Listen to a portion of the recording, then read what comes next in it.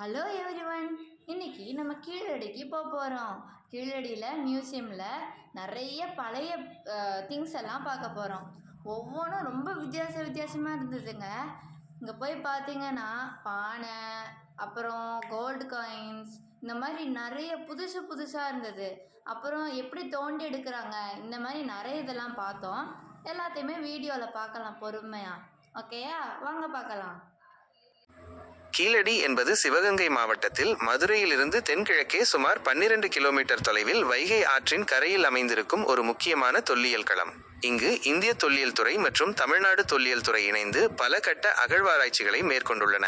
இந்த அகழ்வாராய்ச்சிகளின் மூலம் சங்க காலத்தைச் சேர்ந்த ஒரு நகர நாகரிகம் இங்கு செழித்திருந்தது கண்டுபிடிக்கப்பட்டுள்ளது. குறிப்பாக செங்கல் கட்டடங்கள், உறைகிணறுகள், வடிகால் அமைப்புகள் போன்ற நகர நாகரிகத்துக்கான அடையாளங்கள் கிடைத்துள்ளன. மேலும் தமிழ் பிராமி எழுத்துக்கள் பொறிக்கப்பட்ட பானை ஓடுகள், மணிகள், இரும்பு மற்றும் செப்பு பொருட்கள், சுடுமண் பொம்மைகள், விளையாட்டுப் பொருட்கள், தங்க ஆபரணங்கள் என பல்வேறு தொல்பொருட்கள் கண்டெடுக்கப்பட்டுள்ளன. கீழடியில் கிடைத்த தொல்பொருட்களை கொண்டு இப்பகுதி சுமார் 2600 ஆண்டுகளுக்கு முன்பே ஒரு உன்னத நகரமாக விளங்கியது என்றும், சிந்து சமவெளி நாகரிகத்திற்கு பிறகு இந்தியாவில் ஒரு நகர நாகரிகம் வைகை நதிக்கரையில் தோன்றியிருந்தது என்றும் வரலாற்று ஆய்வாளர்கள் கருதுகின்றனர். இந்த கண்டுபிடிப்புகள் தமிழர்களின் வரலாறு மற்றும் பண்பாடு குறித்த நமது புரிதலை மேலும் ஆழமாக்குகின்றன.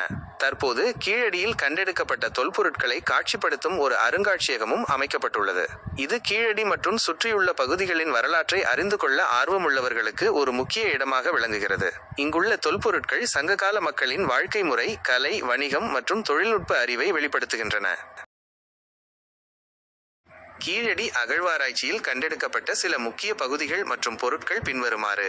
மட்கலன்கள், பாட்ரி, கருப்பு சிவப்பு மட்கலன்கள், கருப்பு மட்கலன்கள், நன்கு மெருகூட்டப்பட்ட கருப்பு மட்கலன்கள் மற்றும் சிவப்பு மட்கலன்கள் அதிக அளவில் கண்டெடுக்கப்பட்டுள்ளன. இந்த மட்கலன்கள் பெரும்பாலும் உள்ளூரில் கிடைக்கும் களிமண்ணால் செய்யப்பட்டவை என்று ஆய்வுகள் தெரிவிக்கின்றன. சில மட்கலன்களில் தனிநபர்களின் பெயர்களான ஆதன், உதிரன் மற்றும் தீசன் போன்ற தமிழ் பிராமி எழுத்துக்கள் பொறிக்கப்பட்டுள்ளன. வணிக தொடர்புகளை காட்டும் வகையில் ரோமானிய வணிகர்களால் கொண்டுவரப்பட்ட ரூலட்டட் மற்றும் அரட்டைன் வகை மட்கலன்களும் கிடைத்துள்ளன. தமிழ் பிராமி எழுத்துக்கள், தமிழ் பிராமி இன்ஸ்கிரிப்ஷன்ஸ். 120க்கும் மேற்பட்ட பானை ஓடுகளில் தமிழ் பிராமி எழுத்துக்கள் கண்டறியப்பட்டுள்ளன. இது தமிழ் எழுத்து நீண்ட காலமாக பயன்பாட்டில் இருந்ததை உறுதிப்படுத்துகிறது. செங்கல் கட்டுமானங்கள், பிரிக் ஸ்ட்ரக்சர்ஸ். சுட்ட செங்கற்களால் கட்டப்பட்ட சுவர்கள் மற்றும் கிணறுகள் கண்டுபிடிக்கப்பட்டுள்ளன. பண்டைய காலங்களில் செங்கல் கட்டிடங்கள் அரிதாக இருந்த நிலையில் கீழடியில் அதிக எண்ணிக்கையில் செங்கல் கட்டுமானங்கள் இருப்பது குறிப்பிடத்தக்கது. வளையல் கிணறுகள், ரிங்வெல்ஸ். பண்டைய காலத்தில் தமிழர்கள் ஆற்று ஓரங்களிலும் குளங்களிலும் தண்ணீர் எடுப்பதற்காக பயன்படுத்திய வளையல் கிணறுகளும் கண்டறியப்பட்டுள்ளன. ஆபரணங்கள் மற்றும் தொல்பொருட்கள், ஆர்னமெண்ட்ஸ் அண்ட் ஆன்டிக்விட்டீஸ். தங்கம், தாமிரம், பட்டைக்கல், நீலக்கல், பளிங்கு போன்ற விலை உயர்ந்த கற்களால் செய்யப்பட்ட ஆபரணங்கள், சங்கு வளையல்கள், தந்தத்தாலான வளையல்கள் மற்றும் தந்தத்தாலான சீப்புகள் கண்டெடுக்கப்பட்டுள்ளன. கைவினைப் பொருட்கள், ஹேண்டிகிராஃப்ட்ஸ். நூற்புக்காக பயன்படுத்தப்படும் தக்களிகள், எலும்பினால் செய்யப்பட்ட கூர்மையான முனைகள் கொண்ட கருவிகள், நூல் தொங்கவிடும் கற்கள், சுடுமண் உருண்டைகள், தாமிர ஊசிகள் மற்றும் திரவ பொருட்களை ஊற்றி வைக்கும் மண்கலன்கள் போன்றவை கண்டெடுக்கப்பட்டுள்ளன. இதன் மூலம் இங்கு நெசவு தொழில் பல்வேறு நிலைகளில் இருந்ததை அறிய முடிகிறது. சாயத் தொழிலும் கண்ணாடி மணிகள் செய்யும் தொழிலும் இருந்ததற்கான சான்றுகளும் கிடைத்துள்ளன. வணிக தொடர்புக்கான சான்றுகள், evidence of trade connections. Agate மற்றும் கார்னிலியன் மணிகள் வணிக வலைப்பின்னல்கள் மூலம் இறக்குமதி செய்யப்பட்டிருக்கலாம் என்று கருதப்படுகிறது. பொழுதுபோக்கு மற்றும் விளையாட்டு கருவிகள், கேமிங் எக்விப்மெண்ட். சுடுமண் மற்றும் தந்தத்தாலான தாயக்கட்டைகள் மற்றும் வட்டுகள் போன்ற விளையாட்டு பொருட்களும் கண்டுபிடிக்கப்பட்டுள்ளன. கழிப்பறை போன்ற அமைப்புகள், டாய்லெட் லைக் ஸ்ட்ரக்சர்ஸ். சில பகுதிகளில் கழிப்பறை போன்ற அமைப்புகள் கண்டுபிடிக்கப்பட்டிருப்பது அக்காலத்தியோரின் மேம்பட்ட சுகாதார முறைகளை காட்டுகிறது. கீழடி அகழ்வாராய்ச்சி சங்க காலத்து தமிழர்களின் நகர நாகரிகம், அவர்களின் வாழ்க்கை முறை, கலை, வணிகம் மற்றும் தொழில்நுட்ப அறிவை வெளிப்படுத்துகிறது. இது சிந்து சமவெளி நாகரிகத்திற்கும் முந்தைய தென்னிந்திய நாகரிகத்திற்கும் இடையே உள்ள தொடர்புகளை ஆராய்வதற்கான முக்கிய களமாக விளங்குகிறது. கீழடி அகழ்வாராய்ச்சியில் இதுவரை நேரடியான போர் ஆயுதங்கள் எதுவும் கண்டெடுக்கப்படவில்லை. இருப்பினும் சில கூர்மையான முனைகள் கொண்ட எலும்பு கருவிகள் மற்றும் தந்தத்தாலான பொருட்கள் கண்டறியப்பட்டுள்ளன. இவை வேட்டையாடுவதற்கும் அல்லது வேறு பயன்பாடுகளுக்கும் பயன்படுத்தப்பட்டிருக்கலாம். பொதுவாக சங்க காலத்தை பற்றி நாம் படிக்கும்போது இலக்கியங்களிலும் பிற ஆதாரங்களிலும் பலவிதமான ஆயுதங்களை பற்றிய குறிப்புகள் உள்ளன. வேல், வாள், வில், அம்பு, ஈட்டி போன்ற ஆயுதங்கள் அக்காலத்தில் போர்களிலும் வேட்டைகளிலும் பயன்படுத்தப்பட்டன. கீழடியில் நேரடியான போர் ஆயுதங்கள் கிடைக்காதது அந்த பகுதி ஒரு வணிக அல்லது குடியிருப்பு பகுதியாக இருந்திருக்கலாம் என்பதை காட்டுகிறது. ஒருவேளை ஆயுதங்கள் பயன்படுத்தப்பட்ட போர்க்களங்கள் அல்லது படைவீரர்கள் வாழ்ந்த இடங்கள் வேறு இடங்களில் இருக்கலாம்.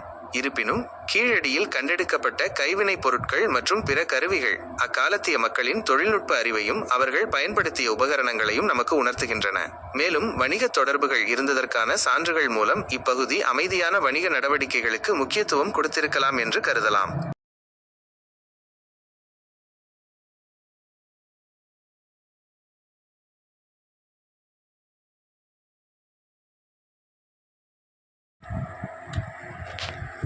கீழடியில் கண்டெடுக்கப்பட்ட தொல்பொருட்கள் மூலம் சங்க காலத்தில் அங்கு நெசவு தொழில் இருந்ததற்கான பல சான்றுகள் கிடைத்துள்ளன. அவை பின்வருமாறு: நூற்புக்காக பயன்படுத்தப்படும் தக்களிகள், ஸ்பின்னிங் வோல்ஸ், ஸ்பிண்டல்ஸ். பல்வேறு வடிவங்களிலும் அளவுகளிலும் செய்யப்பட்ட பல தக்களிகள் கீழடியில் கண்டெடுக்கப்பட்டுள்ளன. இவை நூலை நூற்பதற்கு பயன்படுத்தப்படும் முக்கிய கருவியாகும். இதன் மூலம் பருத்தி அல்லது பிற இழைகளிலிருந்து நூல் உருவாக்கப்பட்டிருக்கலாம் என்று அறிய முடிகிறது. நூல் தொங்கவிடும் கற்கள், ஹோல்ஸ். தக்களியின் அடிப்பகுதியில் பொருத்தப்படும் எடை குறைந்த கற்கள் கண்டெடுக்கப்பட்டுள்ளன. இவை நூலை சீராக நூற்பதற்கு உதவுகின்றன. எலும்பு கருவிகள், போன் டூல்ஸ். கூர்மையான முனைகள் கொண்ட சில எலும்பு கருவிகள் கிடைத்துள்ளன. இவை நூல்களை சீராக்குவதற்கும் அல்லது துணிகளில் வேலைப்பாடுகள் செய்வதற்கும் பயன்படுத்தப்பட்டிருக்கலாம் என்று கருதப்படுகிறது. தாமிர ஊசிகள், காப்பர் நீடில்ஸ். சிறிய தாமிர ஊசிகள் கண்டுபிடிக்கப்பட்டுள்ளன. இவை துணிகளை தைப்பதற்கும் அலங்கார வேலைப்பாடுகள் செய்வதற்கும் பயன்பட்டிருக்கலாம். சாயக்குப்பிகள், டிவை வேட்ஸ். சில சிறிய மட்கலன்கள் சாயமேற்ற பயன்படுத்தப்பட்டிருக்கலாம் என்று கருதப்படுகிறது. இருப்பினும் இதற்கான நேரடி ஆதாரங்கள் இன்னும் முழுமையாக கிடைக்கவில்லை. துணிகளின் சிறிய பகுதிகள், ஸ்மால் ஃபிராக்மெண்ட்ஸ் ஆஃப் ஃபேப்ரிக். கரிமப் பொருட்கள் எளிதில் சிதைந்து விடுவதால் துணிகளின் நேரடி எச்சங்கள் கிடைக்கவில்லை. ஆனால் சில மட்கலன்களில் துணியின் இழைகள் பதிந்த தடயங்கள் காணப்படுகின்றன. இந்த கண்டுபிடிப்புகள் கீழடியில் ஒரு சிறிய அளவிலான நெசவு தொழில் இருந்திருக்கலாம் என்பதை சுட்டிக்காட்டுகின்றன. மக்கள் தங்கள் சொந்த தேவைக்காகவோ அல்லது உள்ளூர் வணிகத்திற்காகவோ ஆடைகளை நெய்திருக்கலாம். சங்க இலக்கியங்களிலும் மதுரையின் ஆடைகள் மிகவும் பிரபலமாக இருந்ததாக குறிப்பிடப்பட்டுள்ளது. மதுரையிலிருந்து வெகு தொலைவில் இல்லாத கீழடியிலும் நெசவு தொழில் இருந்திருப்பது சங்க கால பொருளாதாரத்தில் நெசவு தொழிலின் முக்கியத்துவத்தை உணர்த்துகிறது.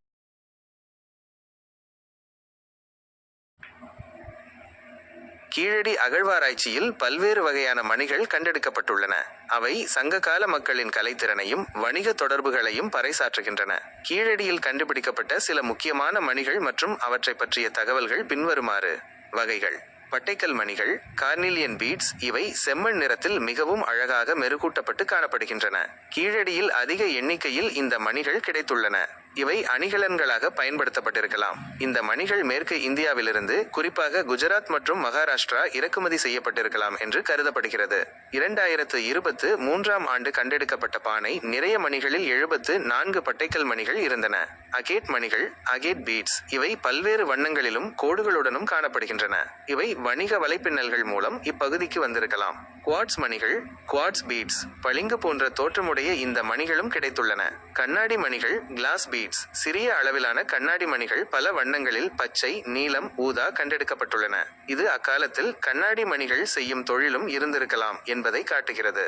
சங்கு மற்றும் தந்தத்தாலான மணிகள், ஷெல் அண்ட் ஐவரி பீட்ஸ். சங்கு மற்றும் தந்தத்தால் செய்யப்பட்ட வளையல்கள் மற்றும் மணிகளும் கிடைத்துள்ளன. தந்தத்தாலான செவ்வக வடிவ பகடையும் கண்டெடுக்கப்பட்டுள்ளது. தங்க மணிகள், கோல்ட் பீட்ஸ். தங்கத்தாலான சிறிய மணிகளும் கண்டுபிடிக்கப்பட்டுள்ளன. சூது பவள மணிகள், கோரல் பீட்ஸ். பீப்பாய் வடிவிலான சூது பவள மணிகளும் கண்டெடுக்கப்பட்டுள்ளன. இவை 2500 ஆண்டுகளுக்கு முந்தையவை என கணிக்கப்பட்டுள்ளன. மைக்ரோ மணிகள், மைக்ரோ பீட்ஸ். மிகச்சிறிய முத்து போன்ற மணிகளும் கிடைத்துள்ளன. பொருள் மற்றும் பயன்பாடு: இந்த மணிகள் பெரும்பாலும் அணிகலன்களாகவும் அலங்கார பொருட்களாகவும் பயன்படுத்தப்பட்டிருக்கலாம். சில மணிகள் வணிக பரிமாற்றங்களிலும் பயன்படுத்தப்பட்டிருக்கலாம். ஒவ்வொரு வகை மணிக்கும் தனித்துவமான அழகும் மதிப்பும் இருந்திருக்கலாம். முக்கியத்துவம்: கீழடியில் கண்டெடுக்கப்பட்ட மணிகள் சங்ககால மக்களின் கலைத்திறனையும் அழகியல் உணர்வையும் காட்டுகின்றன. வெவ்வேறு வகையான கற்களால் செய்யப்பட்ட மணிகள் வணிகத் தொடர்புகள் மற்றும் பண்பாட்டு பரிமாற்றங்கள் இருந்ததை உறுதிப்படுத்துகின்றன. குறிப்பாக பட்டைக்கல் மணிகள் மேற்கு இந்தியாவோடு இருந்த வணிக உறவுக்கு சான்றாக விளங்குகின்றன. இந்த மணிகள் அக்கால மக்களின் பொருளாதார நிலை மற்றும் வளத்தையும் எடுத்துரைக்கின்றன. கீழடி அருங்காட்சியகத்தில் காணப்படும் கற்கள், தமிழ் பிராமி எழுத்துக்கள் பொறிக்கப்பட்ட கற்கள் மற்றும் நாணயங்கள் பற்றி நான் உங்களுக்கு தெரிவிக்கிறேன். கற்கள், ஸ்டோன்ஸ். கீழடி அகழ்வாராய்ச்சியில் பல்வேறு வகையான கற்கள் கண்டெடுக்கப்பட்டுள்ளன. இவை பெரும்பாலும் கருவிகள், மணிகள் அல்லது எடை கற்களாக பயன்படுத்தப்பட்டுள்ளன. மணிகள், பீட்ஸ். கீழடியில் கண்டெடுக்கப்பட்ட மணிகளில் பட்டைக்கல், கார்னிலியன், அகேட், குவாட்ஸ் போன்ற பல வகையான கற்கள் அடங்கும். இவை அணிகலன்களாகவும் அலங்கார பொருட்களாகவும் பயன்படுத்தப்பட்டன. எடை கற்கள் வெயிங் ஸ்டோன்ஸ். வெவ்வேறு அளவுகளில் வட்டமான அல்லது கோள வடிவமான எடை கற்கள் கண்டெடுக்கப்பட்டுள்ளன. இவை வணிக நடவடிக்கைகளில் பொருட்களை எடை போட பயன்படுத்தப்பட்டிருக்கலாம். கருங்கல் பசால்ட் போன்ற கடினமான கற்களால் இவை செய்யப்பட்டிருந்தன. பிற கருவிகள் கூர்மையான முனைகள் கொண்ட கற்கள் மற்றும் பிற சிறிய கல் கருவிகளும் கண்டுபிடிக்கப்பட்டுள்ளன. இவை வேட்டையாட அல்லது வேறு பயன்பாடுகளுக்காக பயன்படுத்தப்பட்டிருக்கலாம். தமிழ் பிராமி எழுத்துக்கள் பொறிக்கப்பட்ட கற்கள். Tamil Brahmi inscribed stones. கீழடியில் பானை ஓடுகளில்தான் அதிக அளவில் தமிழ் பிராமி எழுத்துக்கள் காணப்படுகின்றன.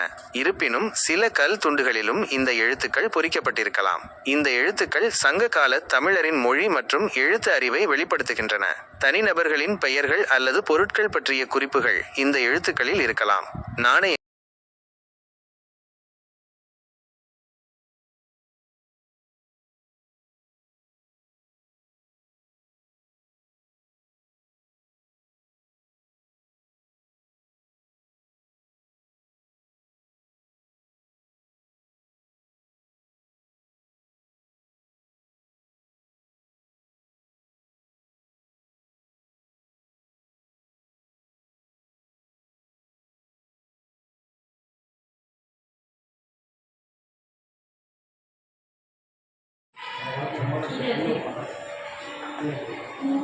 பண்டைய தமிழர்கள் கடல் வழி வணிகத்தில் சிறந்து விளங்கினர்.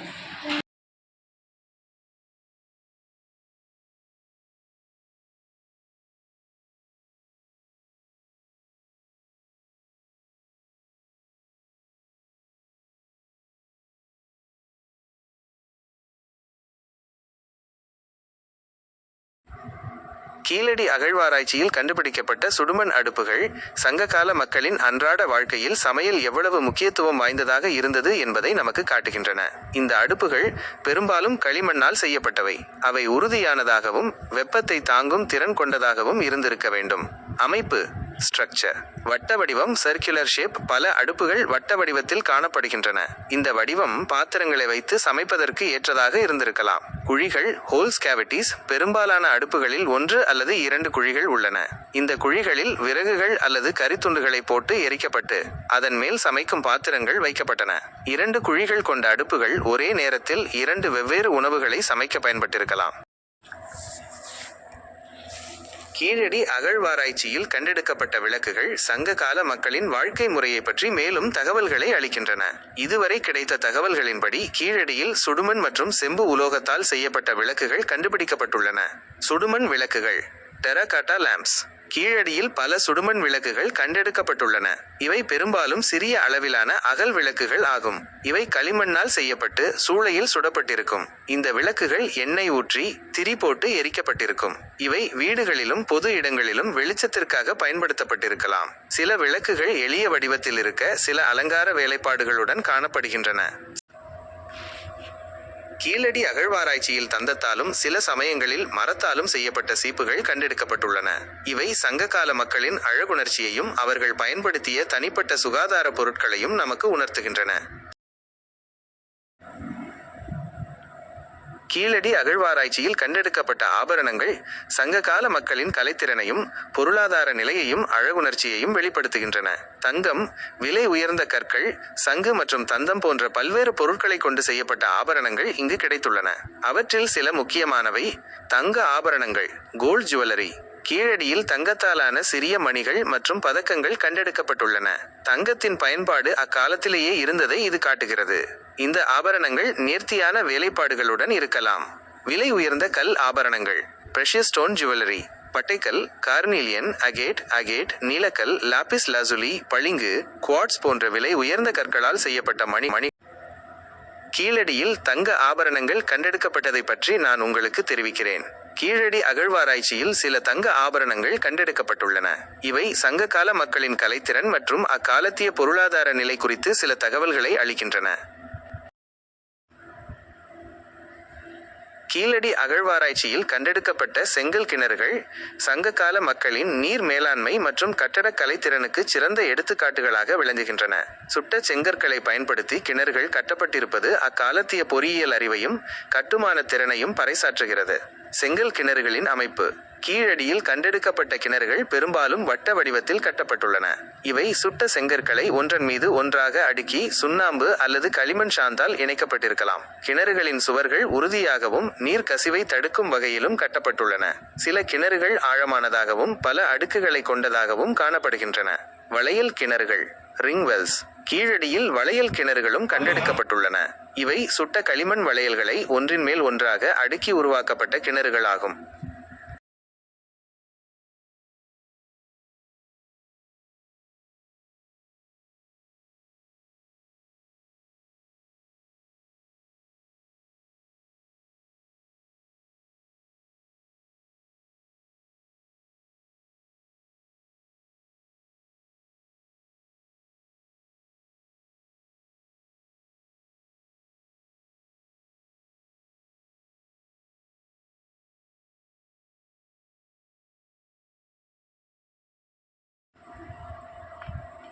கீழடியில் கண்டெடுக்கப்பட்ட பிராமி எழுத்துக்கள், குறிப்பாக தமிழ் பிராமி எழுத்துக்கள், தென்னிந்தியாவின் பண்டைய வரலாறு மற்றும் மொழி ஆய்வில் மிக முக்கியமான இடத்தை வகிக்கின்றன. இவை சங்ககால தமிழர்களின் மொழி மற்றும் எழுத்து அறிவை பறைசாற்றுகின்றன. தமிழ் பிராமி எழுத்துக்கள் என்றால் என்ன? பிராமி என்பது பண்டைய இந்தியாவில் பரவலாக பயன்படுத்தப்பட்ட ஒரு எழுத்து முறை. இந்த முறையிலிருந்துதான் பல இந்திய மொழிகளின் எழுத்துக்கள் தோன்றின. தென்னிந்தியாவில் பயன்படுத்தப்பட்ட பிராமி எழுத்து முறை தமிழ் மொழிகளுக்கு ஏற்ப மாற்றியமைக்கப்பட்டது. இதுவே தமிழ் பிராமி அல்லது தமிழி என்று அழைக்கப்படுகிறது. கீழடியில் தமிழ் பிராமி எழுத்துக்கள். கீழடி அகழ்வாராய்ச்சியில் 120க்கும் மேற்பட்ட பானை ஓடுகளில் தமிழ் பிராமி எழுத்துக்கள் கண்டறியப்பட்டுள்ளன. முதுமக்கள் தாலி என்பது சங்க காலத்து அடக்க முறைகளில் பயன்படுத்தப்பட்ட ஒரு பெரிய மண்பாண்டம். இறந்தவர்களின் உடல்களை அல்லது அவர்களின் நினைவாக சில பொருட்களை வைத்து புதைப்பதற்காக இது பயன்படுத்தப்பட்டது. இது பெரிய பானை அல்லது ஜாடி போன்ற வடிவத்தில் இருக்கும். முக்கிய அம்சங்கள். பெரிய அளவு. முதுமக்கள் தாலிகள் சாதாரண பானைகளை விட அளவில் பெரியதாக இருக்கும். ஒரு மனித உடலை உள்ளே வைக்கக்கூடிய அளவுக்கு பெரியதாக இவை செய்யப்பட்டிருந்தன. மண்பாண்டம். இவை களிமண்ணால் செய்யப்பட்டு சூளையில் சுடப்பட்ட உறுதியான மண்பாண்டங்களாகும். அடக்கமுறை. இறந்தவர்களின் உடலை முழுமையாகவோ அல்லது குறுகிய நிலையிலோ வைத்து அவர்களுடன் அவர்கள் பயன்படுத்திய சில பொருட்களையும் உணவுப் பொருட்கள், உடை, அணிகலன்கள், ஆயுதங்கள் உள்ளே வைத்து மூடி பின்னர் புதைத்தனர். இடங்கள். முதுமக்கள் தாலிகள் பெரும்பாலும் தனியாகவோ அல்லது ஒரு குறிப்பிட்ட இடத்தில் கூட்டமாகவோ புதைக்கப்பட்டிருக்கும். இத்தகைய இடங்கள் முதுமக்கள் தாலிக்காடுகள் என்று அழைக்கப்பட்டன. மனித உருவங்கள். ஹியூமன் ஃபிகுரின்ஸ். கீழடியில் ஆண், பெண் என இருபாலரின் சிறிய சுடுமண் உருவங்கள் கிடைத்துள்ளன. இவை பெரும்பாலும் எளிய வடிவில் கைகளால் உருவாக்கப்பட்டிருக்கலாம் அல்லது அச்சில் வார்க்கப்பட்டிருக்கலாம். சில உருவங்களில் தலைப்பாகை, காதணி போன்ற சிறிய அலங்காரங்கள் காணப்படுகின்றன. விலங்கு உருவங்கள். அனிமல் ஃபிகுரின்ஸ். மாடு, குதிரை, நாய், யானை போன்ற பல்வேறு விலங்குகளின் சிறிய சுடுமண் உருவங்கள் கிடைத்துள்ளன. இவை விளையாடுவதற்காகவோ அல்லது சடங்கு பர்பஸஸ்க்காகவோ பயன்படுத்தப்பட்டிருக்கலாம். கீழடியில் தொல்லியல் துறை தோன்றியதற்கான காரணத்தையும் அதன் ஈடுபாட்டையும் சுருக்கமாக பார்ப்போம். தோன்றியதற்கான காரணம். கீழடியில் தொல்லியல் துறை ஈடுபட முக்கிய காரணம் இப்பகுதியில் வரலாற்று முக்கியத்துவம் வாய்ந்த தொல்பொருட்கள் கண்டறியப்பட்டதுதான். செங்கல் சுவர் கண்டுபிடிப்பு. கீழடியில் செங்கல் சூளைக்காக மண் எடுக்கும்போது ஒரு பழமையான செங்கல் சுவர் கண்டுபிடிக்கப்பட்டது. இது இப்பகுதியில் ஏதோ ஒரு பண்டைய நாகரிகம் புதைந்திருக்கலாம் என்ற சந்தேகத்தை ஏற்படுத்தியது. ஆசிரியர் பாலசுப்பிரமணியம் முயற்சி. கீழடி பள்ளி ஆசிரியர் பாலசுப்பிரமணியம் என்பவர் அப்பகுதியில் கிடைத்த தொல்பொருட்களை சேகரித்து தொல்லியல் துறையின் கவனத்திற்கு கொண்டு சென்றார். இதுவே முறையாக தொல்லியல் ஆய்வுகள் தொடங்க ஒரு ஆரம்ப புள்ளியாக அமைந்தது. கள ஆய்வுகள். தொல்லியல் ஆய்வாளர்கள் வேதாசலம் மற்றும் அமர்நாத் ராமகிருஷ்ணா ஆகியோர் இப்பகுதியில் கள ஆய்வுகள் மேற்கொண்டனர். வைகை நதிப்படுகையில் 293க்கும் மேற்பட்ட தொல்லியல் எச்சங்கள் கொண்ட இடங்களை அவர்கள் அடையாளம் கண்டனர். இவையே கீழடியின் முக்கியத்துவத்தை உணர்த்தின. தொல்லியல் துறையின் ஈடுபாடு. முதல் கட்ட ஆய்வுகள். ஏஎஸ்ஐ.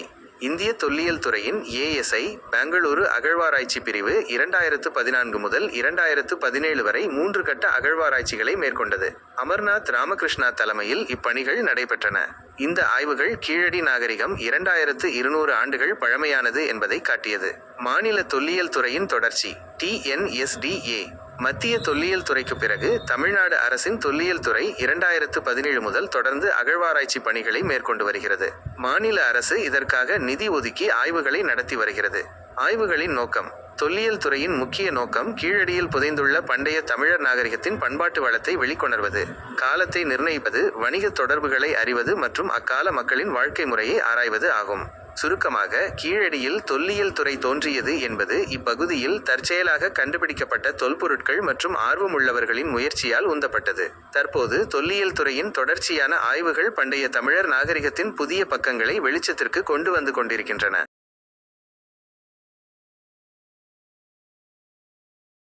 என்ன ஃப்ரெண்ட்ஸ், கீழடியோட இன்ஃபர்மேஷன் எல்லாம் தெரிஞ்சுக்கிட்டீங்களா? கீழடியை உள்ள போக போக நிறைய போய்கிட்டே இருக்கு.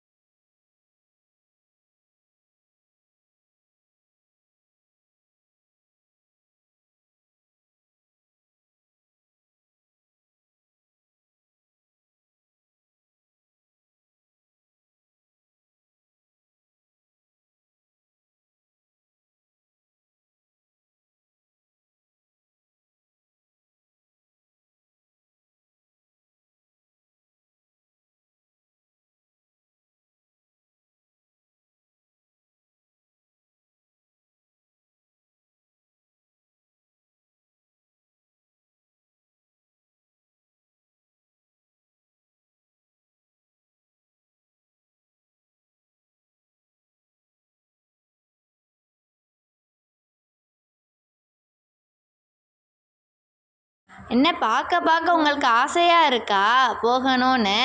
கண்டிப்பாக எல்லாரும் ஒரு நாளைக்கு போயிட்டு வாங்க. அதுக்கு முன்னாடி இந்த வீடியோவை பார்த்து லைக், ஷேர், சப்ஸ்கிரைப் பண்ணிக்கோங்க. பாய்.